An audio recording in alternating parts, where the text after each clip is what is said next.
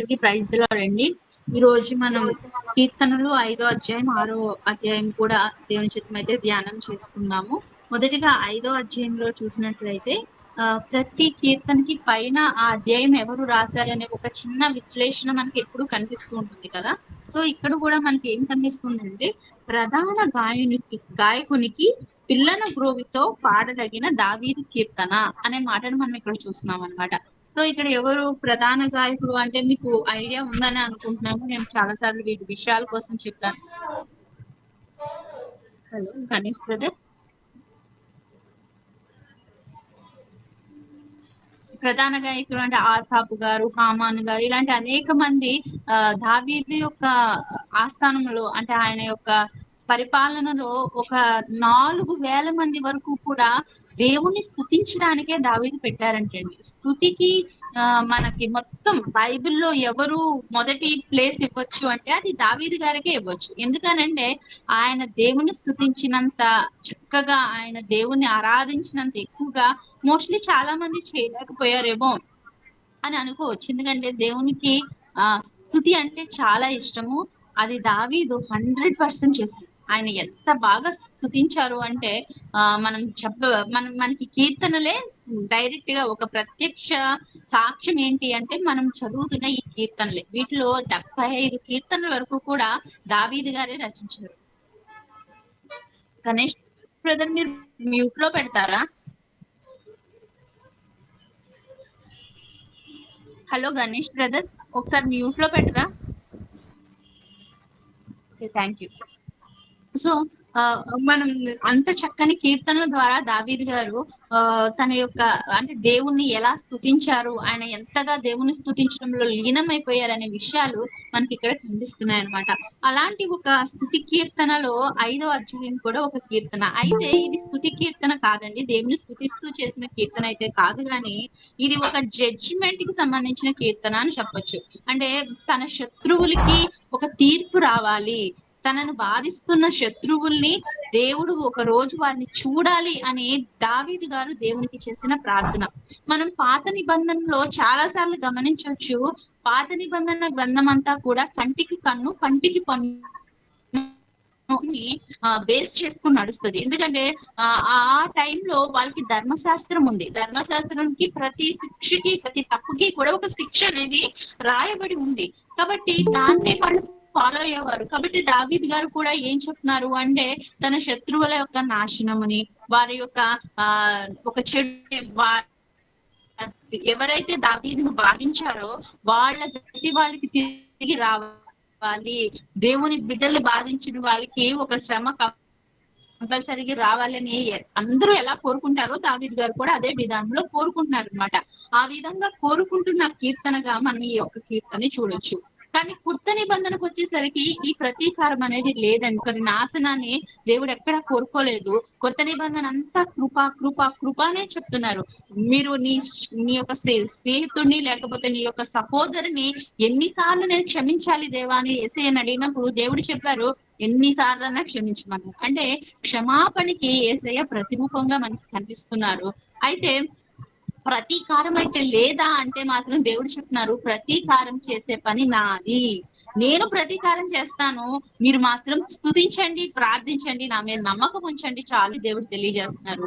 So మనకిప్పుడున్న పరిస్థితుల్లో మనము ప్రతీకారం కోరుకోవడం కన్నా ఎక్కువగా దేవుని స్తుతించడానికి ప్రయాస పడితే దేవుడు మనల్ని ఇంకా అధికంగా ఆశీర్వదిస్తారనే విషయాన్ని మనం జ్ఞాపకం చేసుకోవాలి.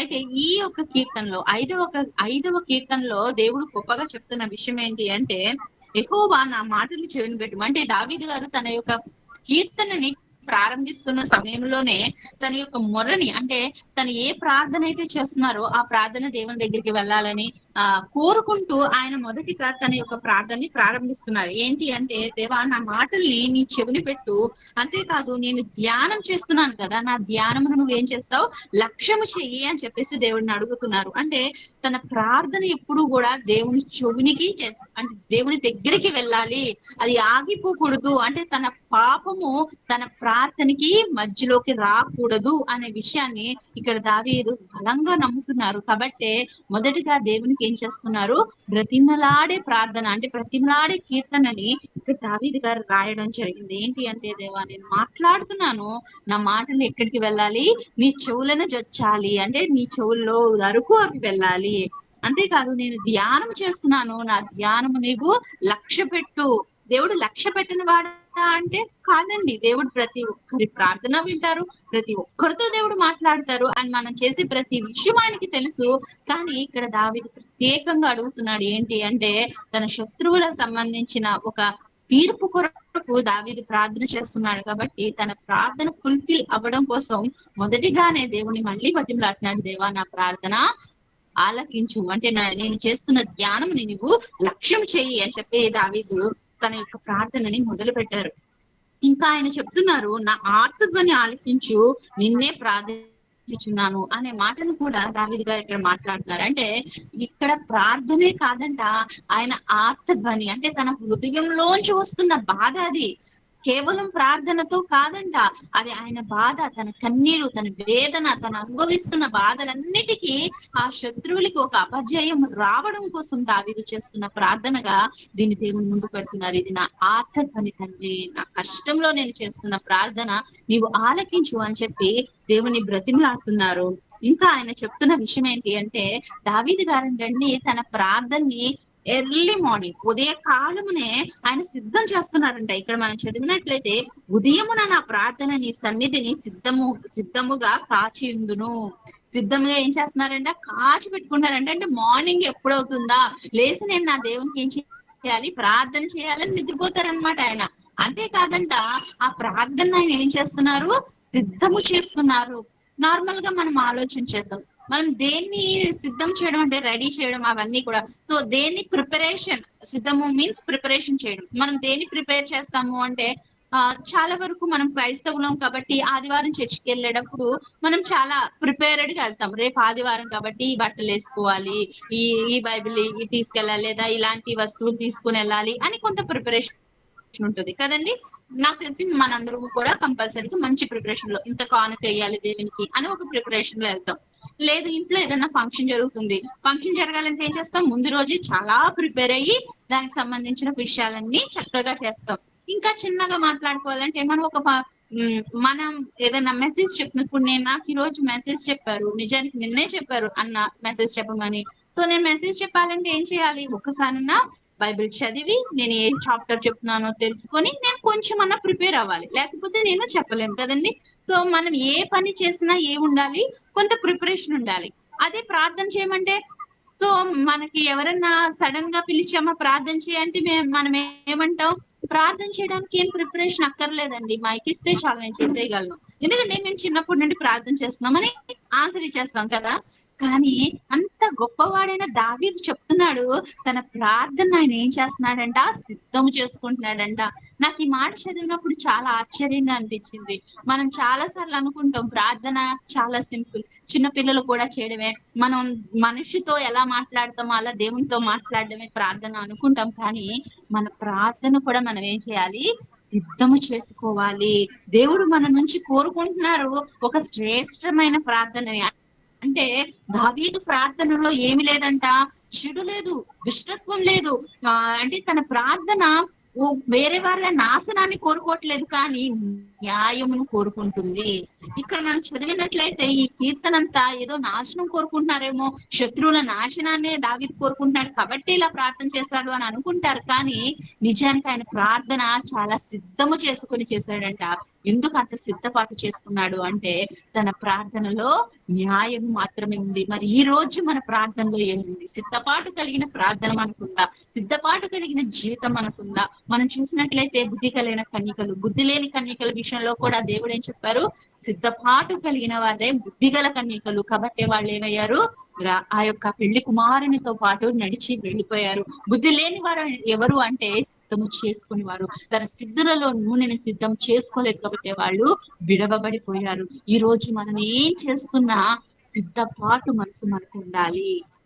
అది ప్రార్థన అవ్వచ్చు, అది బైబిల్ చదవడం అవ్వచ్చు, మరి ఏదైనా అవ్వచ్చు. అంటే నాకు ప్రార్థన బాగా వచ్చండి, బైబిల్ చదవడం, తెలుగు చదవడం బాగా వచ్చు, దీన్ని కూడా మనం సిద్ధపాటు చేసుకోవాలా అంటే దేవుడు చెప్తున్న విషయం ఏంటి అంటే సిద్ధపాటు అనేది డైరెక్ట్ గా బహిరంగంగా అందరికీ కనబడేలా చేయడం మాత్రమే కాదు, గాని మన హృదయం మొదటిగా సిద్ధంగా ఉండాలి. మనము ఒక పక్కన వచ్చి అబద్ధాలు మాట్లాడి నేను సూపర్ గా ప్రార్థన చేస్తానని ఇక్కడికి వచ్చి మనం ప్రార్థన చేసేసాం అనుకోండి, దేవుని సన్నిధానానికి వెళ్ళిపోయి ప్రార్థన చేస్తే అది సరైన ప్రార్థన కాదు, అది సిద్ధపాటుతో కూడిన ప్రార్థన కాదు. క్షమాపణ, దేవుని దగ్గర మనం క్షమాపణ పొందుకోవాలి. ప్రతి దినము మనం ఒక స్నానం చేసినట్లుగా మన హృదయాన్ని కడుక్కోవాలి. ఆ విధంగా సిద్ధపాటు మనకు ఉండాలి. దేవుని దగ్గరికి మోషే కూడా ఒక రోజు పొద కాలుతుంది, ఆ అగ్ని వస్తుంది, కానీ పొద కాలిపోవడం లేదు. అలాంటి ప్లేస్ లో దేవుని దగ్గరికి అది ఏంటా చూడాలి అని చెప్పేసి మోషే వెళ్ళినప్పుడు దేవుడు ఏం చెప్పారండి, నీ యొక్క చెప్పులు విడిచి ఈ స్థలానికి రా, ఎందుకంటే ఇది పవిత్రమైన స్థలము అని దేవుడు తెలియజేశారు. ఈ రోజు దేవుడు ఇక్కడ దావీదు గారు కూడా చెప్తుంది, నేను సిద్ధపాటుతో నా ప్రార్థనని దేవుని దగ్గర పెడుతున్నాను. అంటే మనం దేవుని దగ్గరికి ఎప్పుడైతే వస్తున్నామో అది ఆన్లైన్ అవ్వచ్చు, అది చర్చ్ అవ్వచ్చు, అది బహిరంగ సభ అవ్వచ్చు, ఎక్కడికి వెళ్ళినా మన హృదయాన్ని ఏం చేసుకోవాలి, సిద్ధపాటుతో మనం వెళ్ళినట్లయితే దేవుడు తన యొక్క మాటల్ని డైరెక్ట్ గా మనతో మాట్లాడుతారు కంపల్సరిగా. ఎందుకనంటే మనం సిద్ధపాటుతో వెళ్తున్నాం కాబట్టి ఇక్కడ దావీదు కూడా తెలియజేస్తున్న విషయం ఏంటంటే నేను నా ప్రార్థనని సిద్ధం చేసుకున్నాను. ఈ రోజు మనము కూడా ఒక నిర్ణయం తీసుకుందాం, నేను ఏ పని చేసినా నా దేవుని కోసం చేయాలి, అది కూడా సిద్ధపాటుతో చేయాలి. నా ప్రార్థన సిద్ధం అవ్వాలి, నా యొక్క బైబిల్ చదవడం సిద్ధం అవ్వాలి, దేవుని పట్ల నా యొక్క ఆసక్తి సిద్ధపాటుతో ముందుకు వెళ్ళాలన్న ఆలోచన కనుక మనకు ఉన్నట్లయితే మనము కూడా శ్రేష్టమైన ప్రార్థనని, దేవుడు అంగీకరించే ప్రార్థన చేయగలుగుతాము. అది కాకుండా సిద్ధపాటుతో లేకుండా నాకు అన్నీ తెలుసు అన్న సొంత ఆలోచన కనుక మనకు కలిగి ఉంటే ఏమో దేవునికి నీ ప్రార్థన నచ్చదేమో. కొన్నిసార్లు నీ ప్రార్థన దేవుడు వినడు అని నేను చెప్పట్లేదు, కానీ దేవునికి ఆయాసము కలిగించే విధానమైన ప్రార్థనని మనం చేసిన అది వృధాయే కదండి. సో అటువంటి ప్రార్థన దేవుడు మన నుంచి కోరుకోవడం లేదు. సో ఇంకా దావీదు గారు చెప్తూ దేవుని యొక్క ఒక శ్రేష్టమైన విషయాన్ని దావీదు గారు ఇక్కడ ప్రస్తావిస్తున్నారు. ఏంటి అంట, దేవునికి దుష్టత్వం అంటే ఇష్టం ఉండదంట, దుష్టుని దేవుడు నిలవబెట్టడంట. తన సన్నిధానంలో దుష్టులు అనే వాళ్ళు ఏం చేయారంటండి, నిలవబడరు. ఎందుకు నిలవబడరు అంటే దేవునికి దుష్టత్వం అంటే అసహ్యము. ఈ రోజు మనం చాలా మందిని చూసి అనుకుంటుంటాం, అబ్బా వీళ్ళు ఎంత దుష్టులండి, ఎంత దుర్మార్గులండి, ఎంత గర్వబోతులండి, అయినా దేవుడు అత్యంతలుగా ఆశీర్వదించేస్తున్నాడండి వీళ్ళని అని చెప్పేసి మనం అనుకుంటూ ఉంటాం కదా. అయితే దేవుడు తెలియజేస్తున్నారు, ఇక్కడ దావీదు గారు తెలియజేస్తున్నారు ఏంటి అంటే దేవునికి దుష్టులు ఇష్టం ఉండరు, వాళ్ళ స్థితి ఎప్పటికైనా నాశనమే అన్న విషయాన్ని దేవుడు మరొకసారి గుర్తు చేస్తున్నారు. దుష్టులు, అదే విధంగా డాంబికులు అంటే గర్వబోతులండి. గర్వంతో ఊగిసలాడే వాళ్ళు కూడా దేవుని సన్నిధానంలో నిలబడరంట. దేవుని దగ్గర వాళ్ళకి చోటు అనేది లేదు అన్న విషయాన్ని ఇక్కడ తెలియజేస్తున్నారు. ఇంకా మూడో వ్యక్తుల కోసం కూడా చెప్తున్నారు, అబద్ధమాడువారు అయితేనంట దేవుడు నాశనం చేసేస్తాడంటండి. ఒక నోరెంపడ మంచి మాటలు వచ్చి అదే నోటెంపడ చెడ్డ మాటలు కూడా వస్తుంటే దేవుడు వాటిని స్వీకరించడు, దేవుడు వాటిని అనుమతించడు. ఎవరైతే అబద్ధికులుగా ఉన్నారో, ఎవరైతే దుష్టత్వం కలిగి ఉన్నారో, ఎవరైతే డాంబికులుగా గర్వబోతులుగా ఉన్నారో వాళ్ళెవ్వరికి కూడా దేవుని దగ్గర చోటు లేదు. ఒకవేళ అటువంటి లక్షణాలు మనలో ఉంటే దేవుడు ఈ రోజు మనతో డైరెక్ట్ గా చెప్తున్నారు, ఆ లక్షణాలన్నిటిని మీరు తీసేసుకోండి. మీ ప్రార్థన సిద్ధం చేసుకోవడం అంటే అర్థం ఏంటండి, ఇటువంటి లక్షణాలని తీసేసి అంటే పూర్తిగా చెడుని అసహించుకునే దేవుని దగ్గరికి రావడమే సిద్ధపాటు కలిగిన ప్రార్థన. అటువంటి ప్రార్థన మనం చెయ్యాలి అంటే మొదటిగా మనలో దేవునికి ఇష్టం లేని ప్రతిదాన్ని తీసేసుకోవడం నేను నేర్చుకోవాలి. ఇంకా దేవుని దగ్గర దావీదు గారి ప్రార్థన ఏ విధంగా ఉందంటే, దావీదు తన కొరకు కూడా తను చెప్పుకుంటున్నారండి. ఏమని చెప్పుకుంటున్నారంటే, నేనైతే 7వ వచనంలో ఉంటుంది, నేనైతే నీ కృపాతిశయమును బట్టి నీ మందిరంలో ప్రవేశించదను, నీ ఎడల భయభక్తులు కలిగి నీ పరిశుద్ధాలయము దిక్కు చూచి నమస్కరించదను. హల్లెలూయా. తనైతే దావీదైతేనంట దేవుని కృపాతిశయం బట్టి, అంటే దేవుని యొక్క కృపని పొందుకొని దేవుని పాదాలు పట్టుకొని ఆయన యొక్క మందిరంలో ప్రవేశిస్తున్నాడంట. అంటే పరిశుద్ధతతో ప్రవేశిస్తున్నాను, నేను ఊరికే వెళ్ళిపోవట్లేదు దేవుని సన్నిధానానికి, అపవిత్రుడుగా దేవుని సన్నిధానంలో నేను కాలు పెట్టను, కానీ దేవుని కృపను అనుభవించడానికి మాత్రమే నేను దేవుని సన్నిధానంలోకి వెళ్తాననే విషయాన్ని ఇక్కడ దావీదు ప్రస్తావిస్తున్నారు. అంతేకాదంట, దేవుని యందు ఆయన భయభక్తులు కలిగి ఉండటమే కాక దేవుని దిక్కు చూసి నడుస్తున్నాడంట దావీదు. సో ఆయన చాలా సంతోషంగా ఈ మాట చెప్తున్నాడండి. ఈ రోజు మనము కూడా అటువంటి మాట చెప్పగలుగుతున్నాం, ఆ దేవా నీ కృపను బట్టి నీ సన్నిధానానికి నేను రాగలుగుతున్నాను, దేవా నేను ఎందు భయభక్తులు ఉన్నాను కాబట్టి నీ పరిశుద్ధాలయం వైపు చూస్తున్నాను అన్న ధైర్యంతో మనము కూడా జీవించాలనేదే దేవుని యొక్క ఆలోచన. ఇంకా దావీదు గారు చెప్తూ, అయితే ఇక ముందు ఈ తర్వాత వచనాల్లో 8వ వచనం నుంచి 10వ వచనం వరకు కూడా దావీదు గారు ఏం చెప్తారు అంటే, తను అనుభవిస్తున్న శ్రమ, తనను బాధించిన శత్రువుల యొక్క నాశనం, లేకపోతే వారికి ప్రతీకారం కొరకు దావీదు గారు మాట్లాడతారండి. ఏం మాట్లాడుతున్నారంటే, దావీదు గారి కొరకంట చాలా మంది పొంచి ఉన్నారు. అంటే దావీదు గారి నాశనం చూడాలని కొంతమంది శత్రువులు ఆయన చుట్టూ నిలబడి ఉన్నారంటండి. వాళ్ళు ఎలాంటి వాళ్ళు అంటే, వారు నోరు తెరిస్తే వారి నోటి నింపడ ఒక్క నిజం కూడా ఉండదంటండి. ఒక్క నిజం అనేది కూడా వారు మాట్లాడరు, వారి నోట యథార్థత లేదు అనే మాటని ఇక్కడ చూడొచ్చు. వాళ్ళ హృదయం అంట ఒక నాశనకరమైన గుంటతో సమానం అంటండి. ఇంకా వాళ్ళు ఎలాంటి వాళ్ళు అంటే, వాళ్ళు కంఠం తెరిస్తే అది ఒక సమాధి. అంటే వాళ్ళ మాటలు విని ఇంకొకరు ఏమైపోతారు, చచ్చిపోతారు. అలాంటి తత్వం కలిగిన మనుషులు అన్నమాట. అంటే ఒకరిని నిలబెట్టేదిగా మన మాట ఉండాలి, కానీ ఒకరిని పడగొట్టేదిగా ఉండకూడదు. కానీ శత్రువులు ఎవరైతే దావీదును చుట్టుకుని ఉన్నారో వారి యొక్క నోరు తెరిస్తే అది ఒక సమాధి వలె ఉండిపోతుందంట. వాళ్ళు నాలుగుతో ఇచ్చకములాడుతారు, అంటే నిత్యము ఇంకొకరిని బాధించే మాటలు, చెడ్డ మాటలు మాత్రమే వాళ్ళు మాట్లాడుతూ ఉంటారు. ఇలాంటి వాళ్ళందరూ కూడా ఎవరి మీద తిరగబడుతున్నారు, దావీదు మీద తిరగబడుతున్నారంట. అంతేకాదు, దేవుడు వాళ్ళని అపరాధులుగా తీర్చకూడదు, అంటే తప్పక దేవ వాళ్ళని శిక్షించు అని చెప్పి దావీదు ఇక్కడ ప్రార్థన చేస్తున్నారు. ఇంకా వాళ్ళ యొక్క ఆలోచన, అంటే దావీదు చెప్తున్న మాట ఏంటంటే, వారు తమ ఆలోచనలో చిక్కుబడి కూలుదురుగాక.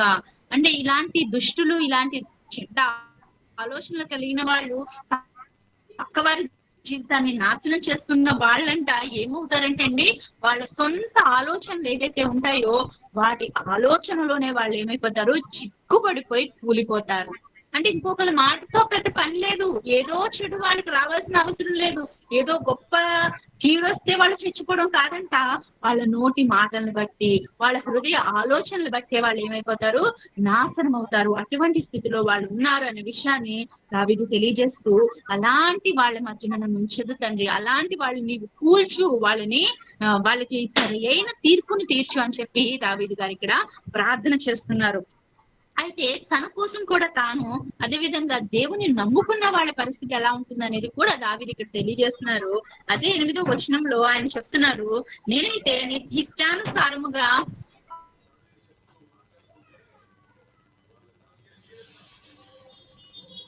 నీ నిత్యానుసారముగా నన్ను నడిపింపుము, నీ మార్గమును నాకు స్పష్టముగా కనుపరచుము అనే మాటని దావీదు అడుగుతున్నారు. అంటే ఏంటండి, తనైతేనంట అక్కడ చిత్తానుసారం కాదు, నిత్యానుసారం అనే మాటను మనం అక్కడ చూస్తాం. నిత్యానుసారముగా అంటే దేవుని యొక్క ఆలోచన పరంగాను, దేవుని యొక్క నీతికి సంబంధించిన విధానంగా నన్ను నడిపించు తండ్రి, నా మార్గం నాకు చూపించు, లోకపు మనుషులు వెళ్తున్న మార్గం నాకు వద్దు, నీ మార్గం నాకు కావాలి అని చెప్పి ఇక్కడ దావీదు చెప్పినట్లుగా మనం చూస్తాము. ఇంకా దావీదు చెప్తూ అంటున్నారు, నేనైతే నిన్ను ఆశ్రయిస్తాను, నిన్ను ఆశ్రయిస్తాను కాబట్టి నేనేం చేస్తాను, సంతోషంగా ఉంటాను. ఇక్కడ ముందు ఏ దుర్మార్గుల కొరకైతే దావీదు చెప్తారో వాళ్ళెవరూ కూడా మనుషుల్ని ఆశ్రయించలేదంట, లోకాన్ని ఆశ్రయించారు కాబట్టి వారి జీవితం చెడుగా వెళ్ళిపోయింది. కానీ దావీదు ఏం చేస్తున్నారంట, దేవుణ్ణే ఆశ్రయిస్తున్నారంట, దేవుని వైపే చూస్తున్నారు కాబట్టి వారికి నిత్యము ఏముంటుంది, సంతోషం ఉంటుంది. ఎందుకు సంతోషం ఉంటుంది అంటే, దేవుడు వారిని కాపాడుతారు. ఎవరైతే నీతిమంతులుగా ఉంటారో వాళ్ళని దేవుడు కాపాడుతాడు, ఎవరైతే దావీదు వలె ఉంటున్నారో వాళ్ళని దేవుడు కాపాడుతున్నారు కాబట్టి వాళ్ళకి సంతోషం ఉంటుంది. మనం ముందే ఒక వాక్యం చదువుకున్నామండి, ఏంటి అంట, వారు దుష్టులు ఎవరైతే ఉన్నారో వాళ్ళు వాళ్ళ ఆలోచనలో చిక్కుబడి చచ్చిపోతారు, కానీ ఎవరైతే దేవుని నమ్ముకున్నారో వాళ్ళు దేంట్లోనే చిక్కుపడరు. ఎందుకు చిక్కుపడట్లేదు అంటే వారిని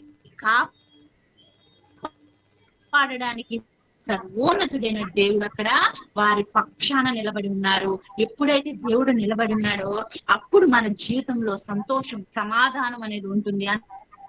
అంతేగాని ఎప్పుడైతే లోకపు తలంపులు, లోకపు ఆలోచనలు, లోకమే అని మనం చూస్తే మనం అక్కడే చిక్కుబడిపోయి అక్కడే నశించిపోతాం అనే విషయాన్ని కూడా దేవుడు ఇక్కడ తెలియజేస్తున్నారు. ఇక 12వ వచనంలో ఒక చక్కని మాటని దావీదు గారు చెప్తూ ఈ యొక్క అధ్యాయాన్ని ముగించారండి. అది కూడా ఒకసారి చదువుతున్నాను. యెహోవా నీతిమంతులను ఆశీర్వదించువాడు నీవే, కేడముతో కప్పినట్టు నీవు వారిని దయతో కప్పెదవు. కావున నీ నామమును ప్రేమించి వారు నిన్ను గూర్చి ఉల్లసింతురు. ఎలాగంటండి దేవుడు కప్పుతున్నాడు? ఈ లోకంలో అందరూ మేము సంరక్షణ ఇస్తాం, మేము ప్రొటెక్షన్ ఇస్తాం అంటున్నారు. చాలా మంది సైన్యం కూడా ఉన్నారు, కానీ ప్రొటెక్షన్ ఉందా అంటే ఉండడం లేదు. అంతమంది పోలీసులున్నా నేరాలు జరగట్లేదా అంటే జరుగుతూనే ఉన్నాయి. కానీ దేవుడు ఈ రోజు చెప్తున్నాడు, ఒక కేడంతో ఒక షీల్డ్ ఏ విధంగా కప్పుబడుతుందో ఆ విధంగా నేను నీకు రక్షణిస్తాను. వాళ్ళందరూ దేవుని యొక్క దయను పొందుకుంటారు. వారు నిత్యము సంతోషంగా ఉల్లసిస్తూ దేవుని సన్నిధానంలో ఉంటారు. ఈ విషయాన్ని దేవుడు దావీదు గారు మనతో చెప్తున్న విషయము. సో మనం ఎప్పుడూ కూడా లోకాన్ని చూసి భయపడుతూ, లోకంలో మనల్ని బాధిస్తున్న శత్రువులను చూసి, ఇక్కడ దావీదు కూడా అదే ప్రార్థించారండి. తనను బాధిస్తున్న శత్రువుల విషయాన్ని ఆయన ప్రస్తావిస్తూ ఈ యొక్క కీర్తన రాశారు. ఈ రోజు మన జీవితంలో కూడా కొన్ని శత్రువులు ఉండొచ్చు. అది మనుషులు అవ్వచ్చు, కొంతమందికి వ్యసనాలు అవ్వచ్చు, కొంతమందికి ఇంట్లో వాళ్ళే అవ్వచ్చు, కొంతమందికి రోగాలు అవ్వచ్చు. అది ఏ శత్రువు నీ జీవితంలో ఉన్నా గానీ దేవుడు దాన్ని తప్పక నాశనం చేస్తాడు. ఎప్పుడు అంటే ఆయన యొక్క దయతో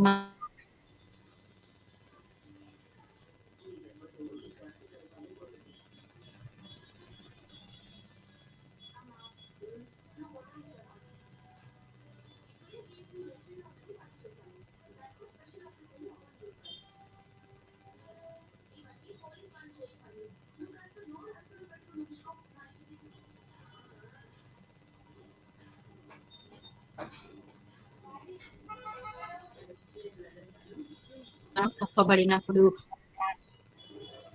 మనం నీతిమంతులుగా దేవుని వైపు చూసినప్పుడు మన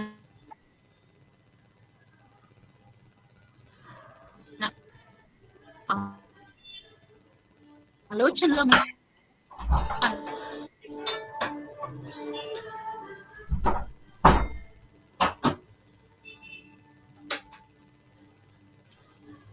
అనుభవించాడో, ఎంత వేదనతో ఉన్నాడో అనే విషయం మనకి కీర్తనలో కనిపిస్తుంది అనమాట.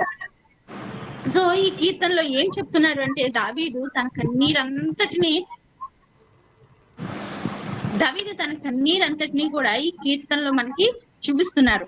మొదటి వచనంలోనే యెహోవా నీ కోపము చేత నన్ను గద్దింపకుము అంటే, మొదటిగా ఈ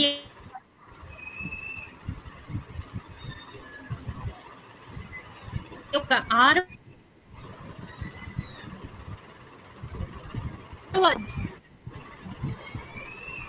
అధ్యాయం గుర్తుపెట్టుకోవాలంటే ఒకే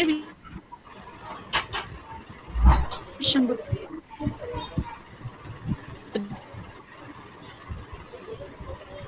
పెట్టుకోండి. సో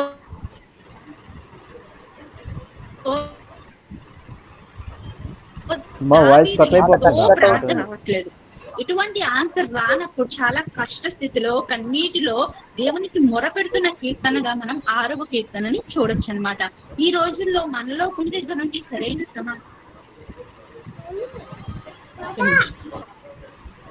ఇప్పుడు వినిపిస్తుందా బ్రదర్?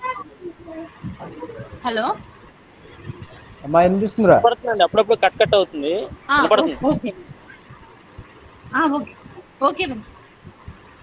సో 6వ కీర్తన యొక్క స్పెషాలిటీ ఏంటంటే ఎవరైతే ఎక్కువగా ప్రార్థన చేసినా కొన్ని విషయాల కొరకు అధికంగా ప్రార్థన చేసినా సరైన జవాబు రాని వాళ్ళ కొరకు ఈ కీర్తనని మనం చెప్పొచ్చు అనమాట. ఎందుకంటే దావీదు జీవితంలో కూడా ఇదే పరిస్థితి వచ్చింది. ఆయన చాలా దుఃఖంలో వెళ్ళారంట, ఎంతో వేదన అనుభవించారంట, కానీ దేవుని దగ్గర నుంచి ఏం రావట్లేదు, సరైన ఆన్సర్ రావట్లేదు. సో దావీదు లాంటి గొప్ప వ్యక్తే దేవుని దగ్గర అంత మొరపెడుతున్నప్పుడు కొన్ని సందర్భాలలో, అంటే అన్ని విషయాల్లో చెప్పట్లేదండి, కొన్ని విషయాల్లో దేవుడు వెంటనే ఆచరిస్తాడు, కానీ కొన్ని విషయాల్లో ఆలస్యం జరుగుతూ ఉంటుంది మన జీవితంలో. ఆలస్యం కూడా మన మేలు కొరకే జరుగుతూ ఉండొచ్చు, లేదా మనం చేసిన తప్పిదాలను బట్టి కూడా ఈ ఆలస్యం జరగవచ్చు. ఇక్కడ దావీదు జీవితంలో కూడా ఇటువంటి ఆలస్యాన్ని చూసి ఆయన కన్నీళ్లతో ఈ కీర్తనను పాడుతున్నారు. ఏంటి కీర్తన అని మనం లోపలికి వెళ్ళినట్లయితే మొదటిగా దేవుని బ్రతిమలాడుతున్నాడు. ఏంటి అంటే, దేవాన్ని కోపంతో నిన్ను గద్దించొద్దు. అంటే దేవుని యొక్క కోపం చాలా దారుణమైనదండి, అది మామూలుది కాదు. మనుషులు దాన్ని అనుభవించలేరు, దావీదు కూడా అనుభవించలేడు. కాబట్టి దేవా నీ కోపాన్ని అయితే నా మీద చూపించొద్దు, నీ ఉగ్రతతో నన్ను శిక్షించొద్దు. అంటే నువ్వు నా మీద, అంటే నేను ఏదన్నా తప్పు చేశానేమో, నా తప్పు నీకు కోపం రప్పించింది, నీకు ఉగ్రత రప్పించింది, అయితే నీ ఉగ్రత నా మీద వేయవద్దు, నా వల్ల కావట్లేదు నీ ఉగ్రతని తట్టుకోవడం అనే విషయాన్ని ఇక్కడ దావీదు తెలియజేస్తున్నారు. ఇంకా ఆయన చెప్తూ, నేను కృషించిపోతున్నాను, 2వ వచనంలో నేను కృషించిపోతున్నాను, నన్ను కరుణించుము. ఇక్కడ మనం చూసినట్లయితే మొదటిగా కోపం వద్దు, నా మీద కోపం చూపించొద్దు అన్నాడు, దేవుని ఉగ్రతను చూపించొద్దన్నాడు. తర్వాత నన్ను ఏం చేస్తున్నాడు, కరుణించుము. దేవా నీ ఉగ్రత, నీ యొక్క కోపం తట్టుకునే శక్తి నాకైతే లేదు, కానీ నీ కరుణ నాకు కావాలి. ఈరోజు మనం కూడా ఏ తప్పు చేసినా, నేను 5వ అధ్యాయం చెప్పినప్పుడు చెప్పాను కదండి, ప్రార్థనని సిద్ధం చేసుకోవాలి. ఇక్కడ దావీదు కూడా అదే చేస్తున్నారు. తను తప్పు చేస్తే తన తప్పుని దేవుని దగ్గర ఒప్పుకుంటూ దేవుణ్ణి బతిమలాడుకుంటున్నాడు. ఏంటి అంటే, నీ కోపానికి నేను పాత్రుని కాలేను, నా వల్ల కాదు, కానీ నీ కరుణ నాకు అవసరమై ఉంది. ఈరోజు మనం కూడా ప్రార్థన చెయ్యాలి. దేవా ఒకవేళ నాకు తెలిసో లేదా నాకు తెలియకుండా ఏదైనా తప్పు చేశానేమో, నన్ను క్షమించు, అయితే నీ కరుణ నాకు కావాలి. దేవుని కృప అంటే అర్థం మీ అందరికీ తెలుసు కదండి. పొందదగని వాళ్ళకి ఏదైతే పొందుతారో దాన్ని కృప అంటారు. ఫర్ ఎగ్జాంపుల్, ఒక వ్యక్తి, ఒక స్టూడెంట్ కి 10 మార్కులు మాత్రమే వస్తాయి, కానీ ఆ యొక్క టీచర్ లేదా ఆ యొక్క లెక్చరర్ అతన్ని పాస్ చేసేయాలని 35 మార్కులు ఇస్తాడు అనుకోండి, దాన్ని ఏమంటాము, ఆ స్టూడెంట్ పొందుకున్న కృప అనమాట. నిజానికి వాడు చదవలేదు, వాడు సరిగ్గా ఎగ్జామ్ రాయలేదు, కానీ ఆ యొక్క టీచర్ కి చాలా జాలి కలిగి అతనికి మంచి మార్క్స్, అంటే తను పాస్ చేసే మార్క్స్ వేస్తే ఆ అబ్బాయిని ఏమంటారు, లక్కీ గాయ్ అంటారు. అంటే చాలా లక్కీ పర్సన్ అతను, ఎందుకంటే అంత జాలి కలిగిన టీచర్ అతనికి టీచర్ గా ఉంది కాబట్టి అతను పాస్ అయ్యాడు. సో ఈ రోజు మనం కూడా అలాగే ఉన్నాము, మనం కూడా దేవుని కృప కొరకు ఎదురు చూస్తున్న వాళ్ళమే. ఎందుకంటే మనం ఎవ్వరము కూడా దేవుని కృపని పొందుకోవడానికి అర్హులము కాము, కానీ దేవుడు తన స్వరక్తం ఇచ్చి మనకి తన కృపని, తన రక్షణని ఉచితంగా ఇచ్చారనే విషయం మనం జ్ఞాపకం చేసుకోవాలి. ఇక్కడ దావీదు కూడా, నేను నీ గద్దింపునైతే స్వీకరించలేనయ్యా, నాకు నీ కృప కావాలి, నీ కరుణ నాకు కావాలి అని చెప్పేసి చెప్తున్నారు. ఇంకా ఆయన చెప్తూ, ఎముకలు అంటే అండి, దావీదు గారి ఎముకలు అదురుతున్నాయంట. అంటే తన లోపల ఎముకలు కదలడం కూడా అతను తన ఆలోచన చేస్తున్నాడంటే తను సో తెలిసిపోతుంది అతనికి, తన ఎముకలు ఏ విధంగా కదిలి ఎంత నొప్పి చేస్తున్నాయో అతను అర్థం చేసుకోగలుగుతున్నాడు. ఇంకా ఆయన చెప్తూ, దేవా తిరిగి రమ్ము, నన్ను విడిపింపుము. అంటే ఇప్పుడు ఇతను ఎందులో చిక్కుపడిపోయాడు, ఒక్క విషయం మనం జ్ఞాపకం చేసుకోవాలండి. ఇంత కన్నీటితో దావీదు రాస్తున్నాడు అంటే ఇది అతను పాపము వలనే ఈ యొక్క శిక్షకి అతను కారకుడయ్యాడు. కొన్ని సందర్భాల్లో పాపము లేకుండా శిక్ష అనుభవించింది యోబు గారు, ఇక్కడ దావీదు గారు మాత్రం తప్పక ఏదో పాపంలో చిక్కబడి ఉన్నప్పుడే ఈ కీర్తన రాసుంటారు. అందువలనే దేవా నువ్వు నాకు దగ్గరికి తిరిగిరా అంటే, ఎవరైతే దుష్టులుగా ఉంటారో అక్కడ ఎవరుండరండి, దేవుడు ఉండడు. మనం ముందు 5వ కీర్తనలోనే చదివాం కదా, దుష్టులు ఎవరైతే దేవుని సన్నిధానంలో చోటు లేదు అంటే, ఎప్పుడైతే దావీదు దుష్టుడయ్యాడో దేవుని దగ్గర దావీదు గారికి ఏం లేదు, చోటు లేకుండా పోయింది. అందువల్లనే దావీదు ఇప్పుడు అడుగుతున్నాడు, దేవా తిరిగి రా, నా జీవితంలోనికి తిరిగి రా. ఎందుకనంటే నేను ఈ బాధని తట్టుకోలేను. నీ కృపతో నన్ను రక్షించు. నీ కృప లేకపోతే నా వల్ల కాదు అని చెప్పి దావీదు గారు ప్రార్థన చేస్తున్నారు. ఇంకా ఆయన చెప్తున్న విషయం ఏంటంటే, సో ఒకవేళ నేను చనిపోతే మరణం 5వ వచనంలో మరణమైన వారికి నిన్ను గూర్చిన జ్ఞాపకము లేదు, పాతాళంలో ఎవరు నీకు కృతజ్ఞతాస్తుతులు చెల్లించెదరు. అంటే నేను గనుక చనిపోతే తండ్రి, నేను గనుక పాతాళంలోకి వెళ్ళిపోతే నేను నిన్ను స్తుతించగలనా? నేనే కాదు, ఏ మనిషి అన్న పాతాళంలో నన్ను స్తుతించగలరా అని చెప్పేసి ఒక క్వశ్చన్ దావీదు గారు అడుగుతున్నారు. నిజానికి ఈ మాట ఇక్కడే కాదండి, 30వ అధ్యాయంలో కూడా మీరు ఒకసారి చదివినట్లయితే దావీదు గారు ఇదే మాట, మన్ను నిన్ను స్తుతించిన అనే ఒక క్వశ్చన్ దావీదు గారు దేవుణ్ణి అడుగుతారు. అంటే ఆయన ఉద్దేశం ఏంటంటే, దేవా నా స్తుతి అంటే నీకు చాలా ఇష్టం కదా, నేను స్తుతించడం నీకు చాలా ఇష్టం కదా, నిన్ను విడిచిపెట్టొద్దు, నేను నిన్ను స్తుతిస్తా, మళ్ళీ నేను నిన్ను స్తుతిస్తా. నేను ఈ రోజు జారిపోయానేమో, తిరిగి నేను నిలబెడతా. ఈ రోజు నీ దగ్గర నాకు చోటు లేదేమో, మళ్ళీ ఆ చోటు సంపాదిస్తాను. కాబట్టి నాకు జీవితం ఇవ్వండి, నాకు జీవం ఇవ్వండి, నేను తిరిగి నేను స్తుతిస్తాను అని చెప్పి దావీదు గారు అడుక్కుంటున్నారండి ఒక రకంగా దేవుని దగ్గర. ఈ రోజు మనకు కూడా అటువంటి ఆలోచన ఉందా? ఒకవేళ మనం చర్చి మానేస్తే అమ్మాయి అయిపోయిందిలే, నెక్స్ట్ వీక్ దాకా చర్చికి వెళ్ళక్కర్లేదు అన్నట్టు కూర్చోకూడదు. దేవా నేను నా పాపం నిమిత్తమో లేదా నాకు సంబంధించిన అనేక పరిస్థితుల వలన ఈ రోజు చర్చి మానేశాను, కానీ నీకు మాత్రం నేను దూరంగా ఉండనని చెప్పి మనం ఏం చేయాలి? ఇంకా ఎక్కువ స్తుతించాలి, ఇంకా ఎక్కువ స్తుతించి ఆదివారం చర్చికి వెళ్ళినప్పుడు ఉన్న దానికన్నా అధికమైన స్థుతి దేవుని దగ్గర మనకి ఉండాలి. అటువంటి స్థితిలో మనం ఉండాలి. అందువల్లనే దావీదు తన పాపం ద్వారా చిక్కుబడిపోయిన ఈ రోజు తిరిగి దేవుని దగ్గరకు వచ్చి ఇంకా ఇంకా దేవుని స్తుతిస్తున్నాడు. ఒక మన్నుగా అవ్వడం దావీదుకి ఇష్టం లేదు, పాతాళంలో చిక్కుకుపోవడం దావీదుకి ఇష్టం లేదు. ఎందుకంటే నిత్య రాజ్యం కొరకైన ఆలోచన దావీదు కొరకు ఉంది. కాబట్టి ఒక మన్ను వలె, నేను చనిపోయిన వాడినే, మరణమైపోయిన వ్యక్తి వలె నేను ఉండాలనుకోవట్లేదు. మరణమైపోతే నేను స్తుతించలేనయ్యా, నేను జీవంతో నేను స్తుతించాలని చెప్పి దేవుని కోరుకుంటున్నారు. ఇంకా దావీదు గారంట తను మూలుగా అలిసిపోయింది. మూలుగా అంటే మనందరికీ తెలుసు కదండి, ఏదైతే ఎముకల మధ్యలో ఉంటుందో దాన్ని మూలుగా అంటారు.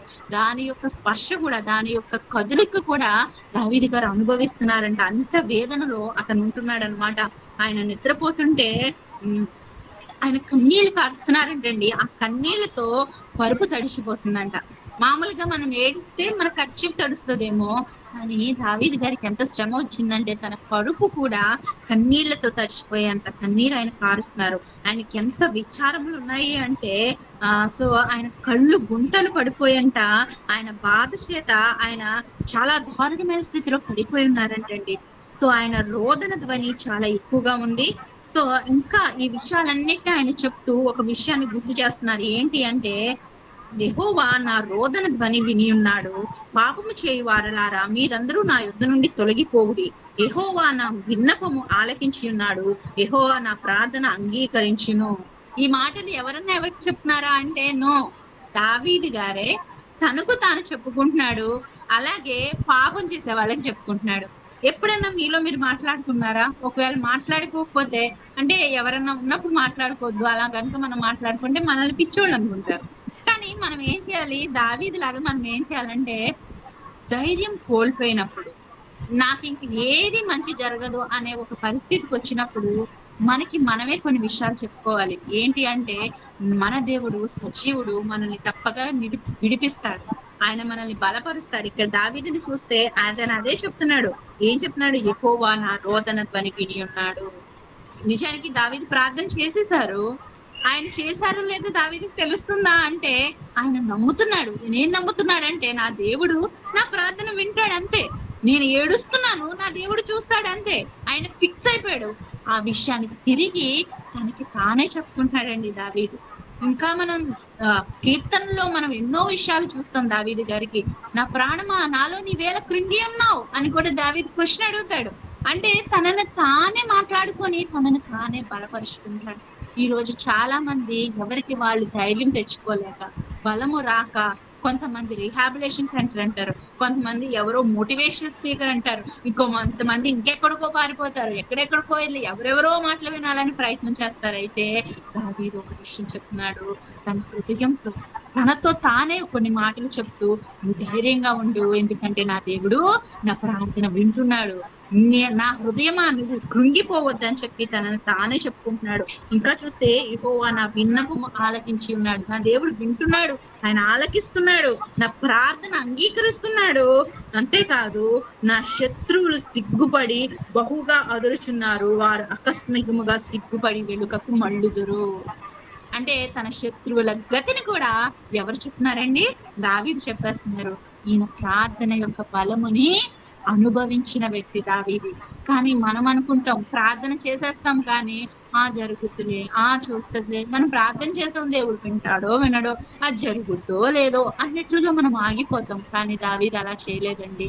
తనకి చాలా నమ్మకం ఉంది. ఏంటి అంటే, నా శత్రువులు ఎలా అంటారంట, సిగ్గుపడి వెనక్కి మళ్ళీపోతారు. ఆ విధంగా నా దేవుడు నా మొరను ఆలకించి తన కార్యం చేస్తారు.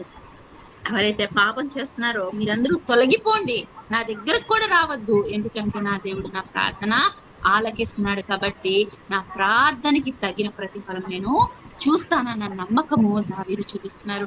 ఎంత చక్కని అధ్యాయము కదండి. మొదటి మాటను చూసామంటే, దేవా నన్ను శిక్షించొద్దు, దేవా నీ ఉగ్రత ఇవ్వద్దు అని అడుగుతున్న దావీదు ఆఖరి వచనంలో వచ్చేసరికి ఏమంటున్నాడు, నా శత్రువులు సిగ్గుపడిపోయి వెనక్కి మళ్ళీపోతారు. అంత ధైర్యము దావీదుకి ఎక్కడి నుండి వచ్చింది అంటే, అదే మాట మనం 5వ అధ్యాయంలో చూస్తాం. ఏంటి అంట, నీతిమంతులు నిత్యము ఆశీర్వదింపబడతారు, వాళ్ళు దేవుని యొక్క కృపని పొందుకుంటారు. అదే నమ్మకము దావీదులో నిత్యము ఉంది కాబట్టి తన పనిని చేయగలిగాడు. ఇంత చక్కని ప్రార్థన అతను, ఇంత చక్కని కీర్తనని మనకి కూడా దావీదు అందించగలిగాడు. సో ఈ రోజు మన జీవితంలో కూడా కొంతమంది శత్రువులు ఉండొచ్చు, లేదా మన పాపం వల్లే మనం కింద పడిపోయి ఉండొచ్చు, ఎలాంటి పరిస్థితిలో మనం చిక్కుపడిపోయి ఉండొచ్చు. అయితే ఎలాంటి చిక్కు నుంచన్నా విడుదల ఇవ్వడానికి మన దేవుడు కేడంతో కప్పినట్లుగా తన కృపతో మనల్ని కప్పడానికి సిద్ధంగా ఉన్నారు. అంతేకాదు మన పాపం వల్ల మనము అణగిపోయినా గానీ దేవునికి ప్రార్థన చేసినప్పుడు మన ప్రార్థనని దేవుడు వింటారు, ఆలకిస్తారు. ఏ శత్రువు అయితే మన ముందుకు వచ్చి సవాలు చేస్తున్నారో, నీ బతుకింతే అన్నట్టు మాట్లాడుతున్నారో, ఆ శత్రువులు సిగ్గుపడి వెనక్కి వెళ్ళిపోయే మంచి రోజుల్ని మనకి ఇస్తారు. ఇదంతా ఎప్పుడు జరుగుతుంది అంటే, యథార్థ హృదయంతో మనం ప్రార్థన చేసినప్పుడు, డంబము లేని హృదయంతో మనం ప్రార్థన చేసినప్పుడు, దుష్టత్వము లేని హృదయంతో, అబద్ధములాడని హృదయంతో మనం దేవుని దగ్గర ఉంటే మాత్రమే ఈ కార్యములు జరుగుతాయి. అలా కాదు, నేను లోకమే, దేవుడే, నేను దేవుడి దగ్గరకు వచ్చి ప్రార్థన చేస్తే అన్నీ అయిపోవాలి, మళ్ళీ నేను లోకంలోకి వెళ్ళిపోయి నాకు నచ్చిన చెడ్డ అలవాట్లు, నాకు నచ్చిన చెడు పనులన్నీ నేను చేసేస్తాను అంటే మాత్రం దేవుడు మన ప్రార్థన ఆలకించండి.